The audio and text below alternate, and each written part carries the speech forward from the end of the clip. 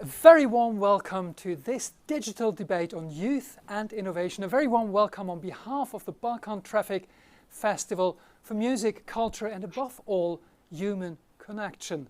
My name is Olaf Bruns and I'm going to guide you through this next 45 minutes. Now initially these debates were planned as a part of the Balkan Trafik Festival here in Brussels and it was meant to be in a very prestigious cinema. But then came the coronavirus and we had to shift everything online. So that's where we are in a very much sober setting here. You have the European Commission in the background instead of this prestigious cinema, and our participants are linked via video conference instead of sitting around me, which I would have loved, of course. Now, the one thing that hasn't changed, though, is that these debates are not intended to be some kind of expert panels, but rather in exchange, although of course you four guys, which I'm going to introduce to everybody in a second, you are experts of course in your field, I very much know that, but the aim of this debate is rather to bring people together, to share experiences, to listen to each other, and well, in the best case, we hope to participate in creating networks and bringing you together, and maybe there is a follow-up afterwards.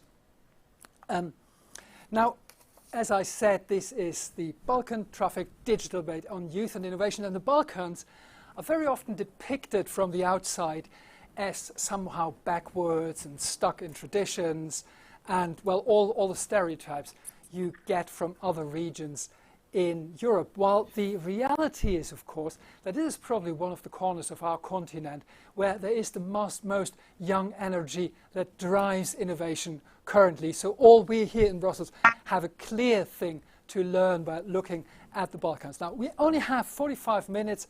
It's only 2 minutes gone by me talking. So let me just get the first round. Let's get this all rolling. The first round, the introductions. Anna Alibegovic leads the program department of Mladi Info, which is a European youth network, which is originally from North Macedonia, but is much larger now. Anna, welcome. Where are you connecting us from? Hello. I don't know if you can hear me well. I guess I might have some issues with the connection. The picture is frozen.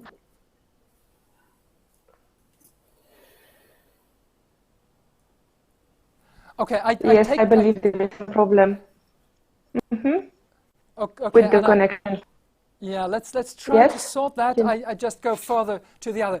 Vilibor Boskovic is the executive director at the Science and Technology Park in Montenegro. And Vilibor, thank you very much for joining us on such short notice, because there was somebody else who was planned for this debate, Armin Čerkić, who is a doctor who was, of course, because of the current health crisis, called to work in a hospital, and Velibor accepted to join us. Thank you very much and very warm welcome, Velibor. Thank you very much for the invitation. Thanks, Velibor. I'm happy to be here. Thank you. Sirena Leka, who is from Albania, but is a project manager at the Danish company Selurgi. Welcome, Sirena. You join us from Aarhus in Denmark? I can't hear you. This first round serves also... This is working now. I hope it's working now. I can hear you now. That is great. Great. Thank you, Olaf. Yeah, I'm one of the partners at Selurgi, a Danish-based startup, but I'll catch up on that a bit later.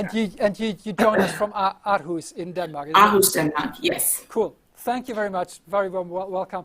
And finally, Christian Kina, who is a student leader at the University of Tirana in Albania. Welcome, Christian. Great to meet you all online. As I said, first round done. Second round, the introduction remarks. And I would like to start in the same sense I did the introductions. Anna, is the connection working now? Your picture is frozen. I can't hear you. Can you hear me? I can see you. Yes, I can. Great. Okay, it's good. At least you can hear me if you don't see me. So I can hear you. So 2 minutes for an introduction statement. Super. So first of all, thank you very much for giving me the chance to be at this super entertaining panel.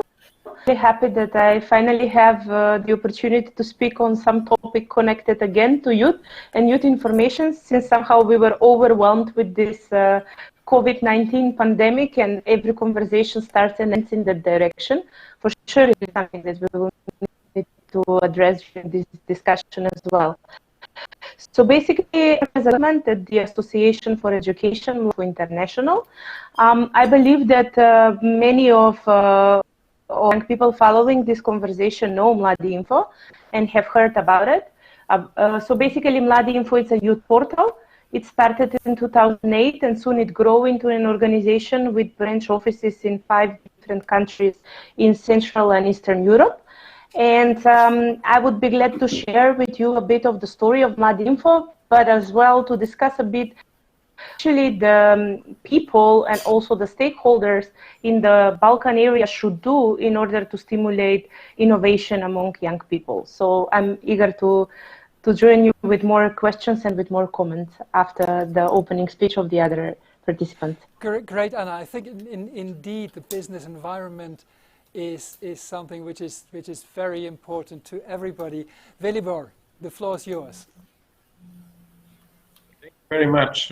As I said, I'm very happy to be here and to share my vision or experience regarding the innovation and development and entrepreneurship development, especially at youth population. So, as you said, I'm the director of the Science Technology Park of Montenegro, based in Podgorica, our capital city, within the university campus of the University of Montenegro. And this is an initiative of the government together with the university. And now we are setting up the whole system of support, the construction of the building, and we are working together with the innovative companies, universities, and startuppers to create this, we call it innovation entrepreneurship ecosystem. And also I work closely with the Ministry of Science of the government of Montenegro. So we are developing different new programs of support for startups and especially innovative projects in our country. So we are constructing a new innovation fund, we call it innovation fund, that will fund the innovative projects, especially at young people, youngsters. And also we are going to issue a legislative a new framework at the end of this year that will enable a much better innovation development in our country, since we are going to enable private capital to invest in innovation, since we are going to enable much more people to deal with innovative projects and to create an environment where the innovation will be the ground base for the future development of my country. Well, that sounds exciting indeed. Serena, the floor is yours for a moment of introduction, the topics that are on your mind currently. Yes, this is great, Olaf, to meet you now and see you through the camera here. My name is Serena, an Albanian working and living in Denmark for 5 years now. However, I've been very lucky to experience the innovation ecosystem in Albania 5 years before moving here. So at least I have an interesting overview of this ecosystem, not just how the Albania is running it, but maybe how other international partners in the ecosystem have been supporting either Albania or the Balkans generally. Well, I actually have a dual role here as an employee in Denmark. I work for Salogy. It's a very young startup, actually 2 years now, and we are a biotech that is trying to replace fossil-based single-use plastics. So we are on this mission that is super ambitious on replacing the plastic that is unnecessary leaking into the environment. And then at the same time, I'm employed by Aarhus University engineering department here, and I work there as a project manager to commercialize research, so bringing the hardcore researchers' work closer to the industry, and at the same time I teach applied innovation and entrepreneurship to the whole engineering group in the master level. Well, Albania is developing much greater and much better the last 10 years in terms of how they approach innovation and entrepreneurship. They've been doing more and more events, competitions, different initiatives that have multiple purposes. However, this is kind of a war with multiple battles, and in such an initiative where you want to boost the innovation level that the youngsters have, not only entrepreneurs are sometimes standing alone, but they need the support of different educational systems, all the incubators and spin-offs that are lately then reaching the industries, and then you want some community understanding. So even families support the idea of being self-employed, or even bosses at different institutions, they accept that their employees have grassroots initiatives as well. And then there are more and more funding initiatives that are needed. There is a certain brain drain that is happening, not just in Albania, but also in the countries, that sometimes prevents these types of innovations to go further on. And then I can go on with the different domains that the countries are with a competitive edge, but also have the potential to be developed lately. Some of these we will catch up later, but I guess this would be we of course, as you all can imagine, we're going to just scratch the surface in this 45 minutes, because we should be debating this, of course, for a week on the go. But well, we do what we can here in this setting. Christian, the word is for you. The floor is yours. Just a couple of minutes of introduction. What are you doing? And well, we just connect from Albania to Albania, and that in that sense, although you're in Denmark, of course, Serena. Hi, Olaf. Hi, everyone, all the participants. It's such a pleasure to be here with you. Thank you for your invitation. I'm Christian Kina, head of students in the Academic Senate in the University of Tirana. There are a lot of problems at these times with the coronavirus time, with this e-learning and etc. But I think that I will talk more about it later. First of all, I want to emphasize the importance of Balkan Trafik initiative. It's such a great idea and initiative, in my opinion, to get connected the youth in Christian. We're convinced of this. Thank you very much. To get connected the youth in Balkans, to share and promote their energy, their passions, their ideas, and things like that. And I'm very glad to be part of this debate, and I think that I'll talk more about it later. Great, thank you very much, Christian. Now, second round, I pass into the questions. Anna, you said with a bit of a relief that finally we can speak about something else than COVID-19, but of course we cannot, because everything has changed, as we all know. And this is maybe the first question I would throw into the round, and maybe Anna, we start for you. Of course, we are on the verge of a different world now, which of course impacts needs for innovation, because suddenly this crisis has laid bare other fragilities of our societies. Exactly. Of course, everybody is aware of the need for proper healthcare systems. There are needs for shorter supply chains. Well, you have all followed the debate on, well, in every country I think there was debate on these masks, and which are all coming from China. And now we all realize that these simple things should be produced maybe somewhere closer to home. So my first question, Anna, and it's something I want to learn from everybody of you. How do you see the changes now in this very situation due to the coronavirus crisis in terms of innovation? What must be done differently, Anna? Definitely, I would say that the world is not going to be the same. So we will be speaking about era before and after COVID-19. So definitely this is strongly impacting innovation in the region, and also youth work in general, even in my country, Estonia.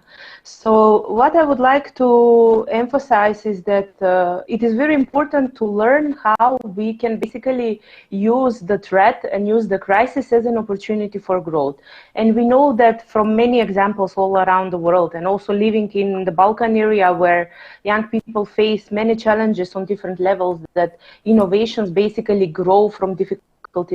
So we should perhaps try to slowly switch our mind and to try to understand that, okay, we are having this really problematic situation, right? But what we can do about it? Is it now maybe the perfect time to boost solidarity in the community, maybe to boost youth activism, maybe to start innovating? And this this basically brings the question of innovation on very high on the agenda, where I'm basically asking myself to what extent we are able to transform ourselves, So having this in mind, I would say that in Macedonia precisely we have seen two processes going. From one side, we have the process where young people are developing different grassroots initiatives. They are trying to especially help the elderly ones and to help those in need. I mean, they've been like amazing examples from social businesses happening like that occurred right now in this period, from many businesses also by young people seeing how they switch their services and products and they went more digital and they still try to serve their customers. But also on the other side, what really, let's say, I will be now the realist and not the optimist, worries me is basically the response of the responsible institutions about the protection of the young citizens. What I want to say is that, like, we've seen that the economic support coming from the national governments and from, in general, the international community has vital this period. But somehow so far we've seen no concrete support coming for the youth businesses, for youth social businesses, for youth organizations. This goes also in line with what was one of my arguments at the beginning, that we need to recognize youth as a special category.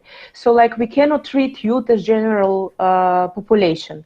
What I want to say is that when we speak about employment, it's one thing if we speak about or unemployment, if we speak about general unemployment in the country, and then if we speak about youth unemployment in the country. So these are two different processes and they should be treated differently, and youth should be perceived as a special category. That's why, because young people, they need different measures, different methods, different approaches. And especially as I will add to what Serena was like, brain drain is a very serious issue. And like brain drain probably is one of the biggest growth of youth innovation in the region. Some statistic in my countries were saying that like young people feel that 87% of their potential has not been used, and that's why they decided to emigrate abroad. And like some other statistics say that like 36% of the young people in the country are frustrated from the political situation, and that like what perhaps also frightens a lot, it's the fact that 22% of the total population is that leave the country and move somewhere in the world or in European countries in the last years. So these are not just numbers. This is like serious reality that we need to address. Like if we have young people in our countries, who is going to innovate, you know? Yeah, exactly. If everybody is left, of course, it becomes very, very difficult. I just want to ask that same question. What is different now in terms of priorities to Velibor, who has already a solution just put on his head, I think, a better mask? Is that something that has been developed? Velibor, could you just expand on that? Yes, of course. As you see me, I'm going with the trends now, so now I'm protected with the protective visors. This is just a little bit to bring some fun into the discussion, but it's a very serious thing. Of course, we have been coordinating all the efforts in my country with all 3D printing producers and enthusiasts to create a national informal cluster that is developing, producing and distributing the 3D printed protective gear for our healthcare workers and the healthcare system, but not only for them, for the entire emergency services, and also for workers in supermarkets and others that are in the first line, that were in the first line and that still are at the first line of potential contamination from this virus. And we have gained a huge momentum with this informal cluster. Now we are moving forward. We're going to develop something even more, some respiratory masks, some special filters for some respiratory masks, and a lot of other things that are suitable for this period. So I only brought this up because this situation of COVID-19 has just showed us that a synergy between all of us is something very crucial in the future development of our countries and of our societies. Because so far we have been not cooperating as much as we should have cooperated in the past. And I totally agree with you. There's a huge potential in the Balkans. There are a lot of bright people here. Some of them left. And my vision is that we need to keep these people here in our countries. When I talk about Montenegro, we have a very strong vision of creating a destination for entrepreneurial investors from all around the world in the technology sector. So we think Montenegro could be the next best testing playground for new technologies and innovation in Europe. So we hope that a lot of people will come to Montenegro to work from here, and our people would never have to leave our country. We would develop. Very good. Two things. One just short question. And that short question is, these masks you're carrying now is something you developed in this short term of the crisis and kicked off the production already. Is this what I understand? No, we did not develop it. This is an open source solution which we adjusted a little bit to our needs. We adjusted a little bit, but we are trying other solutions, and now we are preparing some research and development projects that we will seek for funding in order to redevelop some of these products that we are producing at the moment. So now we are moving forward. We will build up to this. We will follow up, and we will create something very new. Well, and then Velibor, you brought up something which I would like to throw to Christian. What you basically did was to mention the problem of brain drain and to put it the other way around, that in the future, what you're aiming for is basically that Montenegro starts draining other countries' brains. And this is, of course, something, I mean, it makes us all smile that we paint this image now, but it's something very serious because it is not impossible totally. But Christian, how does this situation of brain drain affect you? Is that something that's on your mind? I don't know how is the situation for you? Is that something which is appealing to you? Do you think you personally sometimes of leaving the country? Thank you for your question. In fact, I was reading these times due to the installation in our homes, a book, an autobiography of Merkel, and in a page she was saying that after Syrians, the Albanians, the youth of Albania, were the second to migrate most in Germany, and it is the fact that speaks itself. A lot of Albanians, youth Albanians, are aiming and with their only goal, waking up in the morning, to leave Albania. In fact, curiously, I'm not one of them because I have never thought of leaving Albania. I don't know why, but I think that if are a lot of people or youth Albanians and youth Balkans who think that they must create and make their country better, our countries and our regional Balkans will be a lot better. To the fact and to the topic that we were discussing, let me say that for the coronavirus time, let me say that I think that the world will never be the same after this coronavirus time. It is a debate, great debate has taken place nowadays to take care of our health, to be in isolation, or to take care of our economy and to open our businesses. And due to this dilemma and discussion, some huge protests are taking place in France, USA, etc. In my opinion, I think that the first thing that we have to take care, of course, is our health, and the other one is the economy afterwards. The most damaged sector in Albania, I think that will be the tourism sector, because some statistics say that some thousands bookings and reservations in our south of Albania, in beaches, are being cancelled. And this means that a huge bankruptcy of our place will take place in the days that are after this time. And the second sector that will take more opportunities, I think, is the online transactions. For example, Netflix, some days ago, I saw that a reporter of their company said that their users were increased with 25%.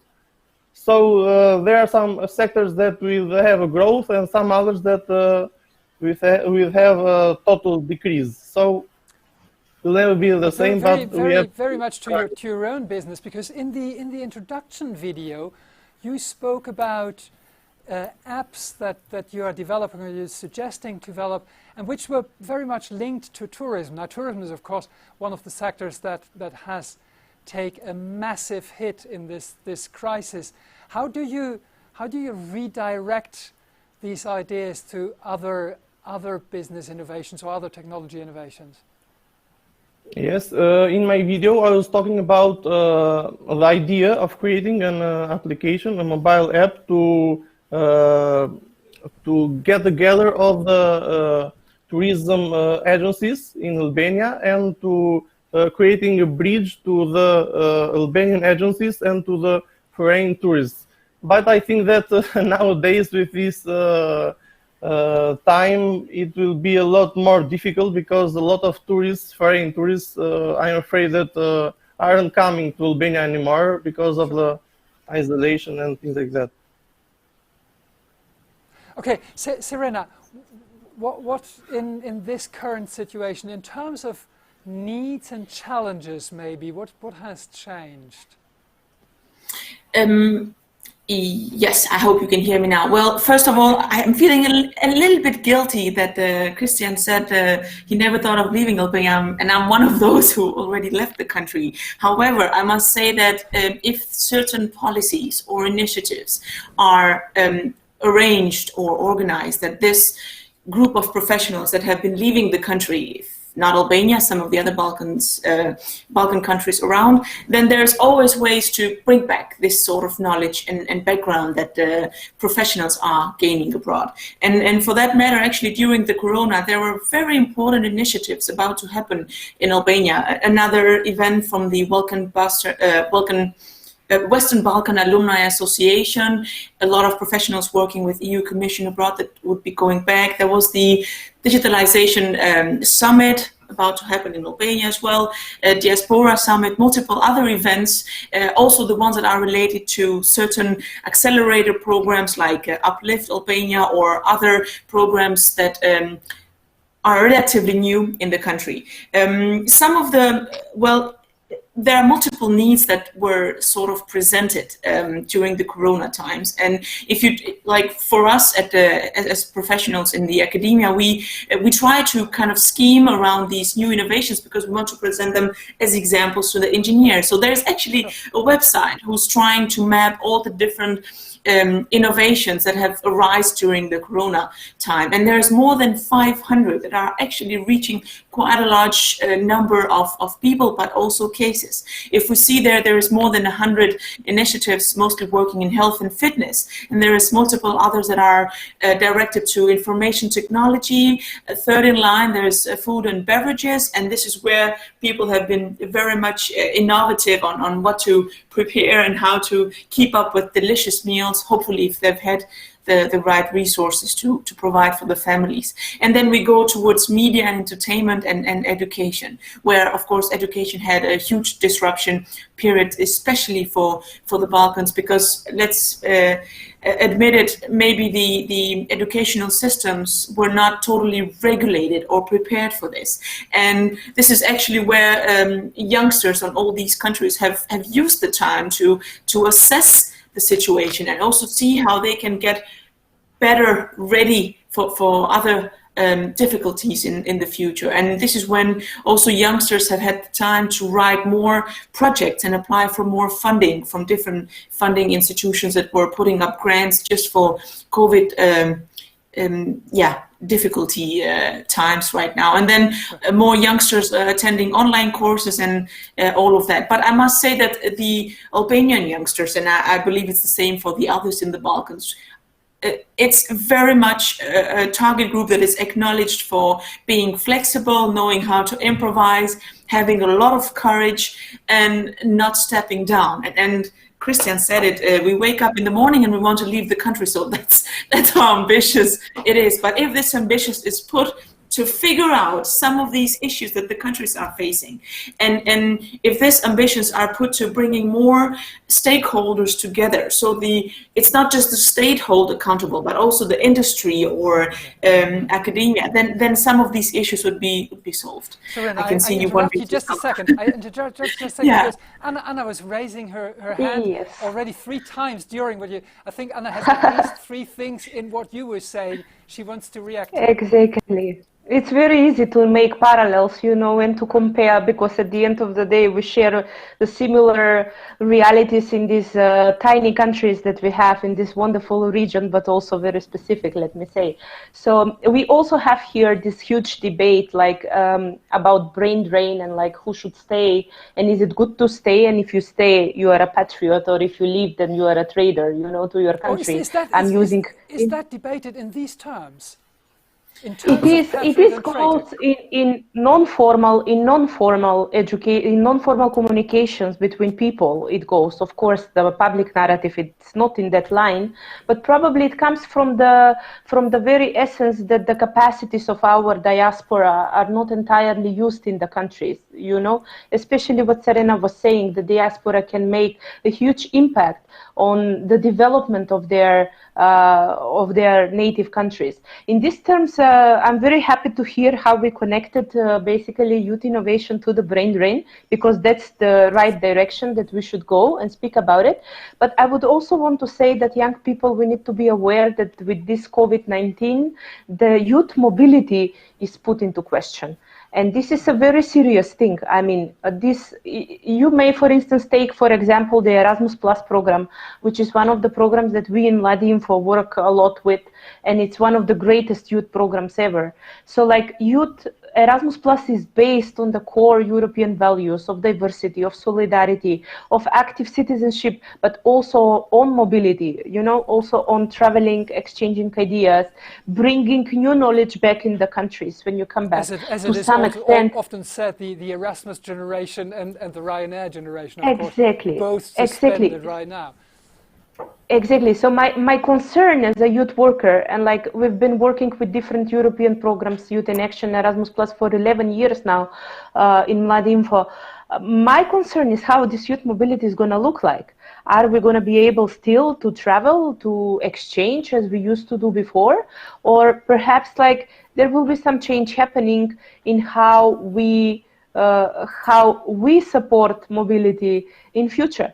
So we can definitely agree that the digital tools are providing us an immense platform for exchange of thoughts, of opinions, that's joint what we're actions. trying to do right now, exactly that. Exactly. But perhaps, there is still this, like, the component of the cultural learning, which you cannot truly get online, you know. You can get it only when you are on the spot. You are only on the spot. So that's why I think we should really be very cautious about how we will adjust youth mobility in future. May it be like, if we speak brain drain, is just like one of the examples. I speak more here about educational and about non-formal education. And another moment that I would like to emphasize, and also I was inspired by the other participants, is that it is more than ever important that we support innovative ideas of young people, that we boost youth entrepreneurship, especially when our countries with already fragile economies are facing increased youth unemployment even in this period. So more than ever, we should think about how to create an enabling environment for supporting youth entrepreneurship. And this one thing, of course, I would like to see happening. Oh, excuse me. Okay. One thing, of course, one big disadvantage of being online and being connected is that you haven't seen each other. So what you don't know is that during while Anna was talking, first Velibor and then Serena raised their hands. So I will first give the word to Velibor to react to this, and then afterwards to Serena. Velibor. You wanted to react. I react to so many different topics, but I wanted to share with you my opinion and my vision. I think we are discussing brain drain, we're discussing youth innovation, we're discussing entrepreneurship for 2 decades now. And it's not been done so much so far. So my point would be now we need radical solutions. These radical times need radical solutions. We have to think totally outside the box now. We need to think totally differently than we used to for the past 2 decades. So that's why I'm talking. I have a vision, and some people of the government of Montenegro are supporting me. We need your radical solutions now. Yes, Tell of course. me about the radical solution. This is what I want to know. That's what I told you. I want to create Montenegro something in between Monaco and Estonia. So this is my vision. I think we can do it, and we only need to push hard, and we need to create radical solution ASP. Not talk about it, but do it. So we are trying to do so. In the next couple of months, we will create all this new environment, and we will invite everybody not to go outside Montenegro or not to come to Montenegro only for a vacation, which is one of the most beautiful countries in the world, actually.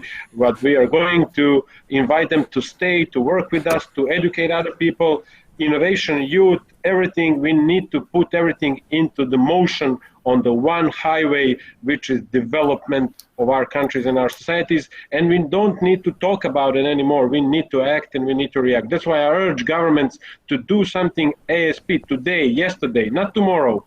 We are preparing for the future time that nobody can predict. But that's why old solutions don't work anywhere in the world.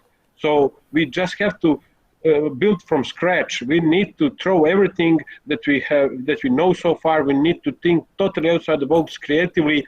And okay, we will fail a few times. We will fail with a few solutions. But if we are persistent, we will succeed at the end. And this is what we need to do right now. We need to be creative. We need to do totally different. Velibor, if you were the ambassador of Montenegro, trying to sell the idea of transforming other countries, I'm not speaking about Montenegro now, to transform other countries into a mixture of Monaco and Estonia, what would you try, what would you give other peoples on their way? What do they need to do in order to move there? Well, I cannot talk about other countries, but I can talk only about Montenegro. So just have in mind this: you work hard in a digital world. You work hard in a digital world, which is a very social, distanted world, and I don't think that these people want to go outside their house and have a rainy day or have a concrete in front of their home. You need to work on the beach, or you need to work on the mountains behind the beautiful lakes, and after that you go for a rafting and a night swim. I think that's something that no many countries can offer, and everything you can do in a couple of hours time. So imagine living and working every day in that kind of environment. That's what I want to sell, and that's what I think we are very good at. Well, Velibor, I don't know if you can see this in the background, but there is a new thing we have developed here in Belgium now, which is there is sun in Belgium. Happens like before a couple of years ago, it happened like one day a year or two. Now it's coming more and more often, but that's of course climate change related. Anyway, Serena, you asked to react to this. Yeah, I'm actually very intrigued by the debate, and thank you, Velibor, for bringing up another trait that the youngsters in the Balkans have, and that's passion and commitment. So I can actually feel that from already this conversation. I agree with you.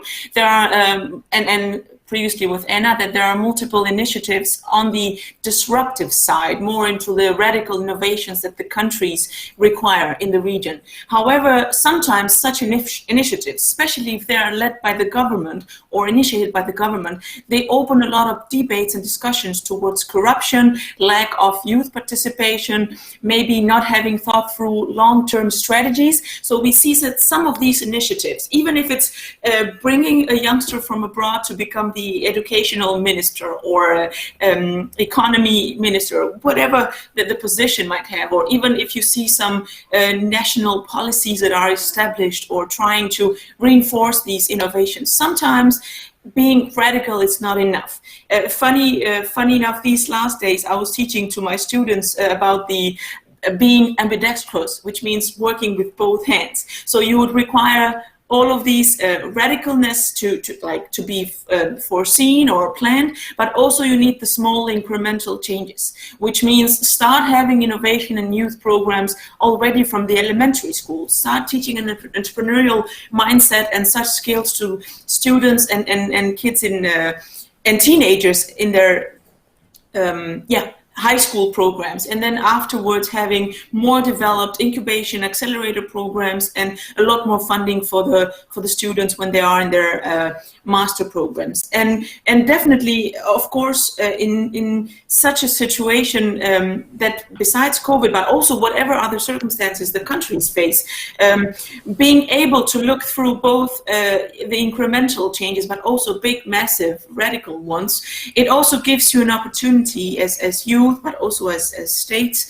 to reconsider what industries you're focusing on.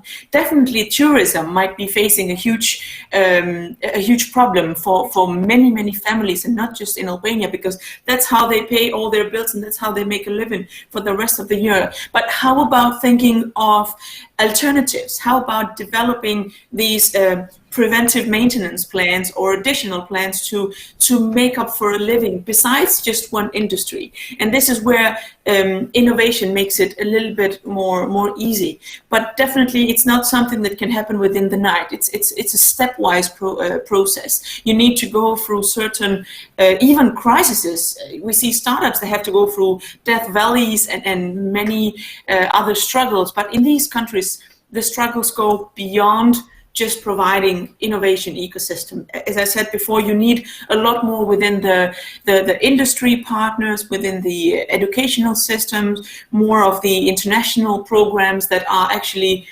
reshaped or redeveloped within the country. I've seen in the last 8 years, there's been ICT awards, a huge national initiative in Albania that is bringing not just professionals in the country, but also the ones that have left the country coming back. And such awards are making it sure that some of the spirit is being lifted.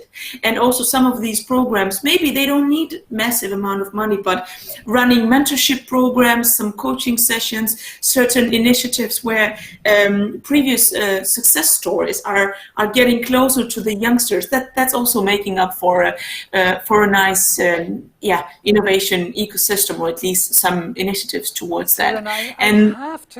Serena, excuse me, I have to interrupt you because we're coming to the end already, and it is these debates are like 45 minutes. They are built to be frustrating in the way that we can only scratch the surface. But still, you mentioned one thing which is, I think, extremely important, and that is diversification. I think this crisis, it has really put it on the spot that if you have an economy that's based on one particular activity only, and there comes a crisis, you're in an extremely big mess. And of course, there is loads of opportunity to develop in this part, and I think not only in your countries, it's basically something that is very similar for the rest of the world. I just resume a couple of ideas I take out of this debate, and that's transforming countries into a mixture of Monaco and Estonia. This is, of course, something which is extremely appealing, and I hope if one day this appeals to Belgium here, well, we're going to keep you posted on that. And then, of course, radical solutions, being ambidextrous in applying them. I really look forward to seeing this. Now, I have to close it here. I don't even have the time to run to a last unless you promise me to answer in just one single sentence. What is your most important topic, like in terms of innovation right now? And I give you one single sentence, because otherwise I don't even have the time to close this. Christian. The last sentence. I think that the world definitely is going online, and we have the opportunity now to find our place to the online world. I think that the government has to improve the services in the online world, to improve the services toward the electronic money, etc. The business has to be online, the customers have to make their place in the online world, and not by coincidence, I mentioned the Netflix example that is a combination of innovation and online world. Thank you very much, Christian. Anna, the most important topic on your mind in terms of setting conditions for innovations right now? We need to change this. We need to change this number. 87% from the young people do not feel that their capacities have been exploited. So this is the most important thing for me. We need to take ourselves seriously so that the others can take ourselves seriously.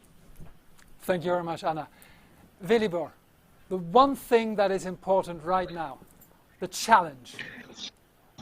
The challenge is to shift the minds of the people that the future is nothing like the past, and that we need to totally differently approach to every aspect of our lives.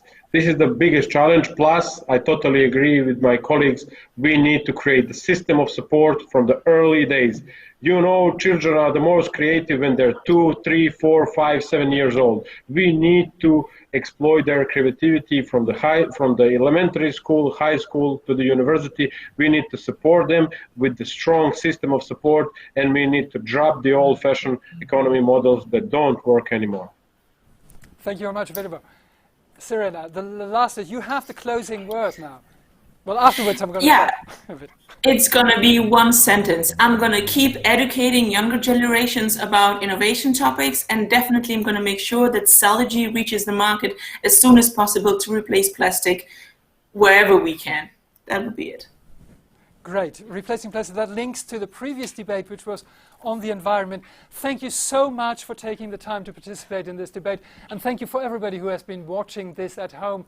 Thanks a lot. I think it was a really interesting debate, and I take a lot of inspiration from it. I just wanted to say it is not all over now. This is part of the Balkan Trafik Festival, which is online now. And it's online until Sunday. So there's loads of videos, culture videos, music, portraits of artists, of writers and so on, and other debates on topics linked to the Balkans. So make sure you connect to balkan.com now. Have a look and get around, and thanks a lot for everybody. Thanks a lot. Bye-bye. Thank you. Thank you, guys.